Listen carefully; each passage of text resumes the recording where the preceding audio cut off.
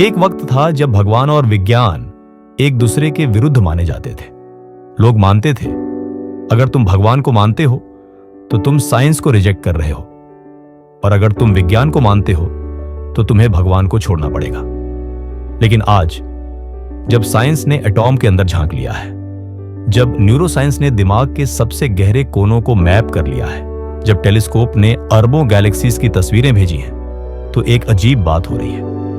Science धीरे धीरे वही कह रहा है जो संत हजारों सालों से कहते आ रहे हैं कि इस ब्रह्मांड के पीछे कोई इंटेलिजेंट शक्ति है। यह शक्ति कोई दाढ़ी वाला इंसान नहीं, बल्कि एक चेतना है जो हर चीज में है, हर एटम में, हर वाइब्रेशन में, हर थॉट में।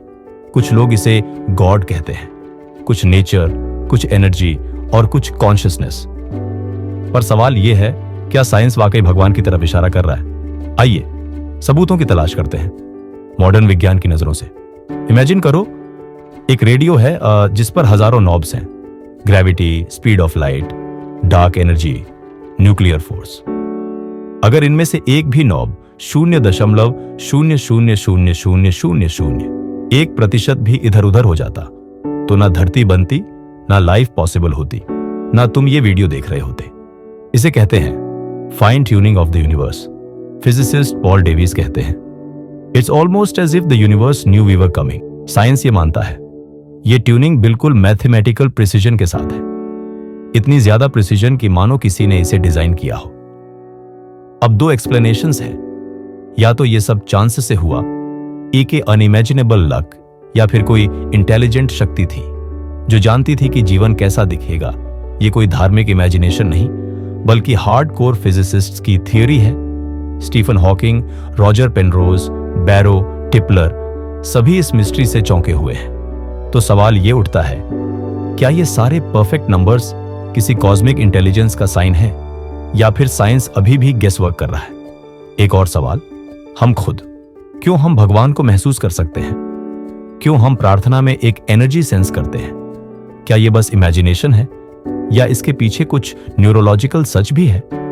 न्यूरोसाइंस अब हमें बताता है, जब हम ध्यान करते हैं या गहराई से प्रार्थना करते हैं तो हमारे दिमाग के कुछ स्पेसिफिक हिस्से एक्टिवेट हो जाते हैं। एंड्रू न्यूबर्ग नाम के न्यूरोसाइंटिस्ट ने ब्रेन स्कैन्स के जरिए देखा, जब एक साधु ध्यान करता है या कोई नन प्रार्थना करती है तो फ्रंटल लोब और पैराइटल लोब एक्टिवेट होते हैं। फ्रंटल लोब इंटेंशन और फोकस से जुड़ा होता है, पैराइटल लोब सेल्फ और यूनिवर्स के बीच बाउंड्रीज से। और जब ये एक्टिवेट होते हैं तो व्यक्ति को लगता है मैं ब्रह्मांड से एक हो गया हूं, oneness with the universe, loss of ego, transcendence. क्या ये भगवान की प्रेजेंस है या बस ब्रेन केमिस्ट्री? ये क्वेश्चन अभी भी ओपन है। लेकिन बात यह है, हमारे दिमाग में भगवान के लिए जगह बनी हुई है। एवोल्यूशन ने भी इसे हटाया नहीं, बल्कि और गहराया है। ऑक्सफोर्ड के साइंटिस्ट जस्टिन बैरेट कहते हैं हम naturally hyper sensitive agency detectors हैं। मतलब हम हर चीज में किसी हायर पावर का साइन ढूंढते हैं। एक आवाज आती है, हम पूछते हैं कौन है? बिजली गिरती है, हम कहते हैं भगवान नाराज है। बच्चा जन्मता है, हम कहते हैं यह चमत्कार है। तो क्या यह हमारी कमजोरी है या हमारी स्पिरिचुअल एंटेना? अब चलते हैं एक और अद्भुत दिशा में, कॉन्शियसनेस की तरफ। आज भी साइंस नहीं जानता कॉन्शियसनेस क्या है, कहां से आती है, कैसे काम करती है। हम सबको लगता है हम जाग रहे हैं, सोच रहे हैं, महसूस कर रहे हैं, पर दिमाग में तो बस न्यूरॉन्स फायर कर रहे हैं। तो फिर ये अवेयरनेस कहां से आती है? कुछ साइंटिस्ट्स अब मानते हैं कॉन्शियसनेस मैटर से पहले आती है। मतलब दिमाग बाद में है, चेतना पहले। यानी हम फिजिकल बॉडी नहीं है जो कॉन्शियसनेस को एक्सपीरियंस कर रही है, बल्कि हम कॉन्शियसनेस हैं जो एक फिजिकल बॉडी को एक्सपीरियंस कर रही है। यह बात सुनकर शायद तुम्हें वेदांता याद आया होगा। हाँ, ब्रह्मास्मि, मैं ब्रह्म हूं।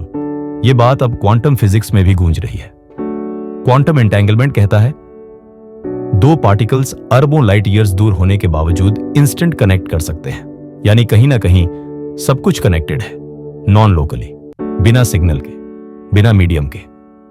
तो क्या हम सब एक ही चेतना के फ्रैगमेंट्स हैं?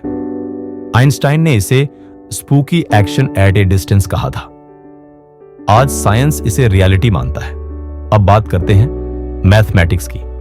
क्या भगवान को मैथ से प्रूव किया जा सकता है? कर्ट gödel एक महान मैथमेटिशियन थे। उन्होंने एक लॉजिकल फॉर्मूला बनाया जो भगवान के एग्जिस्टेंस को प्रूव करता है। 2013 में दो जर्मन रिसर्चर्स ने इसे कंप्यूटर से वेरीफाई किया।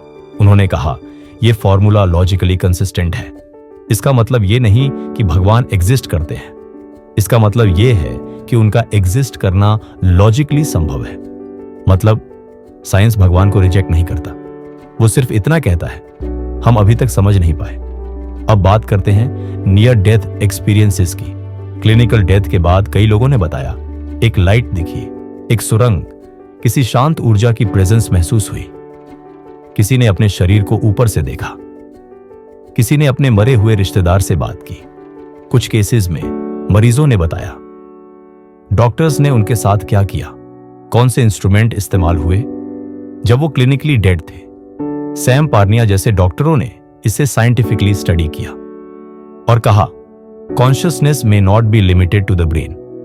अगर ये सच है तो इसका मतलब क्या है? क्या आत्मा बॉडी से अलग एग्जिस्ट कर सकती है? साइंस ने इसे डिबंक नहीं किया बल्कि स्टडी करना शुरू कर दिया है। अब सोचो, इतना सब कुछ, इतनी क्लूज, क्या ये सब कॉन्सिडेंस है या कोई बड़ा पैटर्न है जो हमें कुछ समझा रहा है? शायद भगवान किसी मंदिर या मस्जिद में नहीं, बल्कि हर फॉर्मूला, हर फ्रीक्वेंसी, हर फीलिंग में छुपे हैं। शायद भगवान वो एनर्जी है जो लीफ के गिरने में भी है और गैलेक्सी के बनने में भी। शायद भगवान वो डिजाइन है जो केओस में भी ऑर्डर लाते हैं। और शायद वो हमारे अंदर भी है। हर वाइब्रेशन, हर हार्ट बीट, हर ब्रेथ उनका एक हिस्सा है। साइंस शायद उसी भगवान की भाषा है जिसे हम पढ़ने की कोशिश कर रहे हैं। पर यह जर्नी अभी पूरी नहीं हुई। साइंस कहता है हम जानते हैं कि हम कुछ नहीं जानते, और शायद भगवान वही है, उस अज्ञात में, उस मिस्ट्री में। शायद भगवान को देखने के लिए माइक्रोस्कोप नहीं, माइंड की ओपननेस चाहिए। शायद भगवान को समझने के लिए इक्वेशंस नहीं, एक्सपीरियंसेस चाहिए। और शायद सबसे बड़ा सत्य यह है, हमेशा की तरह जवाब से ज्यादा जरूरी है सवाल, क्या भगवान है?